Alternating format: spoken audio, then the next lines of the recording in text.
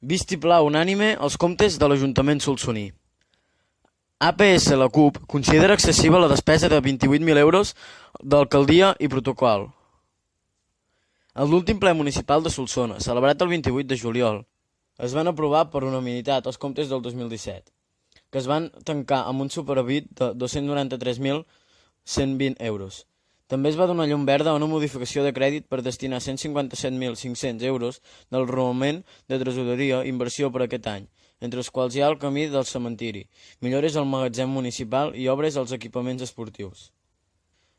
El regidor d'Hisenda, Ramon Xandri, va parlar d'una xifra coherent dels comptes.